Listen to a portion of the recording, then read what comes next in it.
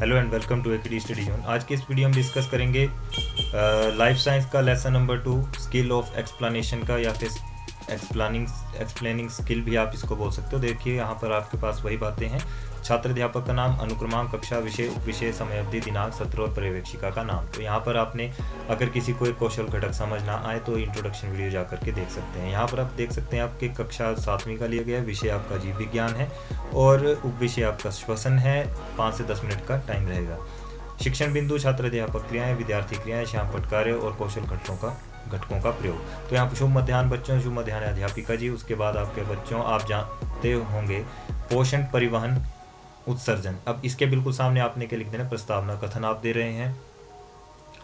इन सब कार्यों के लिए कोशिका को ऊर्जा की आवश्यकता होती है। यहाँ तक कि हमें खाना खाते समय भी ऊर्जा की आवश्यकता होती है। भोजन में संचित ऊर्जा श्वसन के समय निर्मुक्त होती है। सभी विद्यार्थी ध्यानपूर्वक सुन रहे हैं। उसके बाद आप लिख देंगे एक लाइन छोड़ के, थोड़ा सा गैप देके। तो बच्चों आज हम श्वसन के बारे में पढ़ेंगे। सभी विद्यार्थी ध्यानपूर्वक सुन रहे हैं, वह लिख रहे हैं। आपने ब्लैक बोर्ड में लिख दिया श्वसन। उसके बाद श्वसन क्या है? श्वसन सांस लेने की क्रिया है। सांस लेने में 2 कार्य होते हैं। एक कार्य में बाहर की वायु शरीर के अंदर फुफ्फुस में जाती है, इसे निश्वसन कहते हैं। दूसरे कार्य में शरीर की दूषित वायु शरीर के बाहर निकलती है, उसे उच्छ्वसन कहते हैं। ठीक है, उच्छ्वसन कहते हैं। अब यहाँ देख सकते हैं सभी विद्यार्थी ध्यानपूर्वक सुन रहे हैं, वह लिख रहे हैं।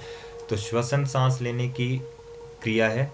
2 कार्य हैं इसके, एक निश्वसन है, दूसरा उच्छ्वसन है। ठीक है, और जहाँ से अंडरलाइन करना आप शुरू करोगे वहाँ सामने आप लिख दोगे आवश्यक बिंदुओं को समाहित करना। ठीक है, आवश्यक बिंदुओं को समाहित करना, ये हो गया आपका लेसन, इसका एक शिक्षण बिंदु। अब दूसरा देखते हैं यहाँ पर कोशिकीय श्वसन। तो हम जिस वायु को सांस द्वारा अंदर लेते हैं उसमें उपस्थित ऑक्सीजन शरीर के सभी भागों में और प्रत्येक कोशिका में ले जाई जाती है। कोशिकाओं की ऑक्सीजन भोजन के विखंडन में सहायता करती है। सभी विद्यार्थी ध्यानपूर्वक सुन रहे हैं। और यहाँ पर आप देख सकते हो जहाँ अंडरलाइन किया है, और के नीचे अंडरलाइन है, उसके बिल्कुल सामने आप लिख देंगे व्याख्या सेतुओं का प्रयोग।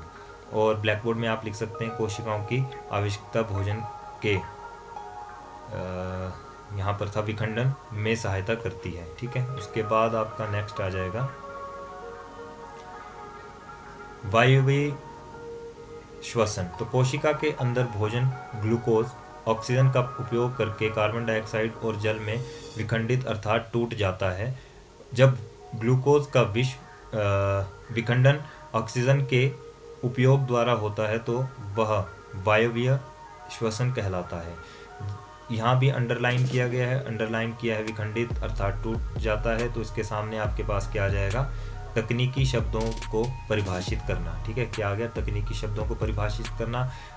सभी विद्यार्थी ध्यानपूर्वक सुन रहे हैं, वह लिख रहे हैं। तो विखंडन अर्थात टूट जाता है, तो इसको आपने ब्लैक बोर्ड में कवर कर देना है। ठीक है, उसके बाद है क्वेश्चन पूछा गया निश्वसन किसे कहते हैं। जिस बच्चे से क्वेश्चन पूछा गया उसके बिल्कुल सामने आपका क्या आ जाएगा, विद्यार्थियों का बोध परीक्षण। जब बाहर की वायु शरीर के अंदर फुफ्फुस में जाती है तो उसे निश्वसन कहते हैं। शाबाश, बैठ जाइए। उसके बाद है अवायवीय श्वसन। तो ऑक्सीजन की अनुपस्थिति में भी भोजन विखंडित हो सकता है। यह प्रक्रम अवायवीय श्वसन कहलाता है। कुछ जीव अवायवीय श्वसन के द्वारा ऊर्जा प्राप्त करते हैं, उदाहरण के लिए ईस्ट। ठीक है, यहाँ पर आगे सभी विद्यार्थी ध्यानपूर्वक सुन रहे हैं। कुछ जीव अवायवीय श्वसन के द्वारा ऊर्जा प्राप्त करते हैं, उदाहरण के लिए आपके पास क्या आ गया, ईस्ट आ गया। और जहाँ सारा अंडरलाइन जहाँ से शुरू किया है आपने उसके सामने क्या आ गया, आवश्यक बिंदुओं को समाहित करना। ठीक है, अब नेक्स्ट यहाँ पर क्या आ गया, इसी में आपके पास यहाँ देख सकते हैं जहाँ उदाहरण दिया है तो उसके बिल्कुल सामने आपके पास क्या आ जाएगा, यहाँ पर आपके पास क्या आ गया, विद्यार्थियों के लिए रोचक बनाना। ठीक है, उदाहरण में भी आप लिख सकते हैं इसको। अब है अंतः श्वसन, तो अंतः श्वसन के समय पसलियां ऊपर और बाहर की ओर गति करती हैं और डायफ्राम नीचे की ओर गति करता है।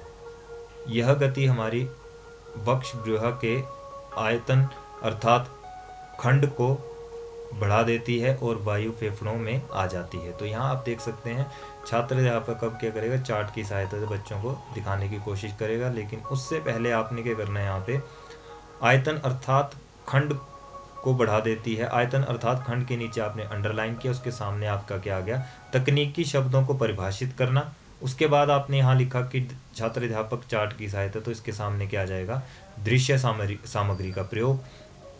यहाँ आपने ब्लैक बोर्ड में लिख दिया पसलियां ऊपर और बाहर की ओर गति करती हैं और डायफ्राम की नीचे की ओर गति करता है। तो ये आपने ब्लैक बोर्ड में लिख देना है, ठीक है, इतना। उसके बाद आप देख सकते हैं जब दृश्य की बात की गई तो दृश्य आप देख सकते हैं यहाँ पर श्वसन का दृश्य जो है वो ये रहा, ठीक है, यहाँ पर ये बनाया गया है, ये आप अच्छे से देख लें, बुक में भी अच्छे से दिया है, वहाँ से भी आप इसको बना सकते हो, ठीक है, जिस भी क्लास का लेसन चला हुआ है वहाँ से आप इसको ले सकते हो, देख सकते हो। अब देखिए यहाँ पर नेक्स्ट हमारे पास क्या है, उच्छ्वसन क्या चीज़ है। यहाँ पर उच्छ्वसन के समय पसलियाँ नीचे और अंदर की ओर आ जाती हैं, जबकि डायफ्राम ऊपर की ओर आ जाती हैं, जबकि डायफ्राम ऊपर की ओर अपनी पूर्व स्थिति में आ जाता है। इससे वक्ष गुहा का आयतन कम हो जाता है, इस कारण वायु फेफड़ों से बाहर धकेल दी जाती है।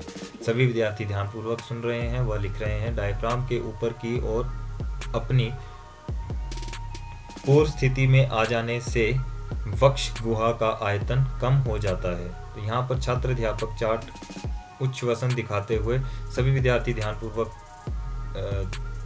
देख रहे हैं किसको, चार्ट को। तो दृश्य सामग्री का यहाँ पर भी प्रयोग किया जाएगा, जो भी आपकी बुक में चार्ट दिया होगा इस तरह का उसको आप बना सकते हैं, मैंने यहाँ पर यूज नहीं किया हुआ है, ठीक है।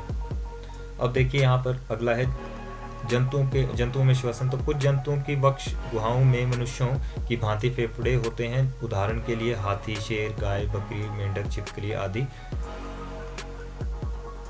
आदि के बाद यहाँ आप लिख सकते, अंडरलाइन जो किया गया है वो उदाहरण जितने भी हैं वो सारे अंडरलाइन है, सभी विद्यार्थी ध्यानपूर्वक सुन रहे हैं, वह लिख रहे हैं। अब यहाँ पर लिखा गया कुछ जंतुओं का वक्ष गुहाओं में मनुष्यों की भांति फेफड़े होते हैं, उदाहरण के लिए आपने यहाँ पर सारे के सारे दे दिए जैसे लिख के, या फिर उदाहरण पूरी बात भी आप लिख सकते हो, और जहाँ उदाहरण के नीचे अंडरलाइन की है उसके सामने आप लिख देंगे विद्यार्थियों के लिए रोचक बनाना।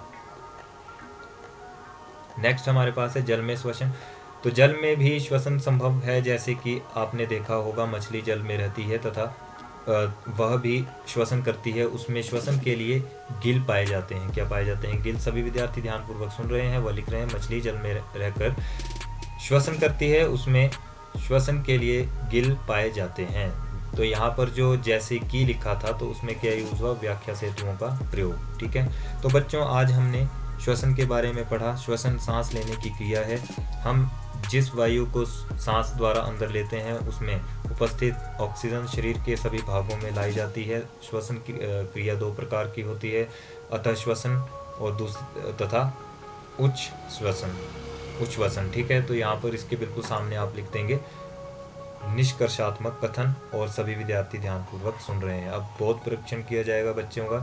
तो क्वेश्चन पूछा गया अव्ययीय श्वसन क्या होता है, जिस भी बच्चे से पूछा आप बताइए। यहाँ पर आ जाएगा आपका बिल्कुल सामने विद्यार्थियों के बोध परीक्षण। जब ऑक्सीजन की अनुपस्थिति में भोजन विखंडित होता है उसे अवायवीय श्वसन कहते हैं। शाबाश, या फिर बहुत अच्छे, बैठ जाइए। अगला क्वेश्चन पूछा गया जल में श्वसन करने के लिए मछलियों में क्या पाया जाता है। तो बच्चे ने आंसर दिया, विद्यार्थियों का बोध परीक्षण यहाँ पर आ जाएगा।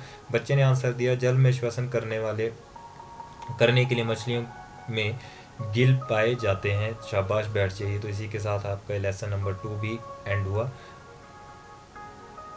अगर ये वीडियो आपको अच्छी लगी प्लीज़ लाइक शेयर कमेंट जरूर करें, अपने फ्रेंड्स के साथ ज़्यादा से ज़्यादा शेयर करें ताकि उनकी भी लेसन प्लान बनाने में हेल्प हो सके। बनाना अपने तरीके से है, ये तो सिर्फ एक रफ स्केच है आपके लिए, ठीक है।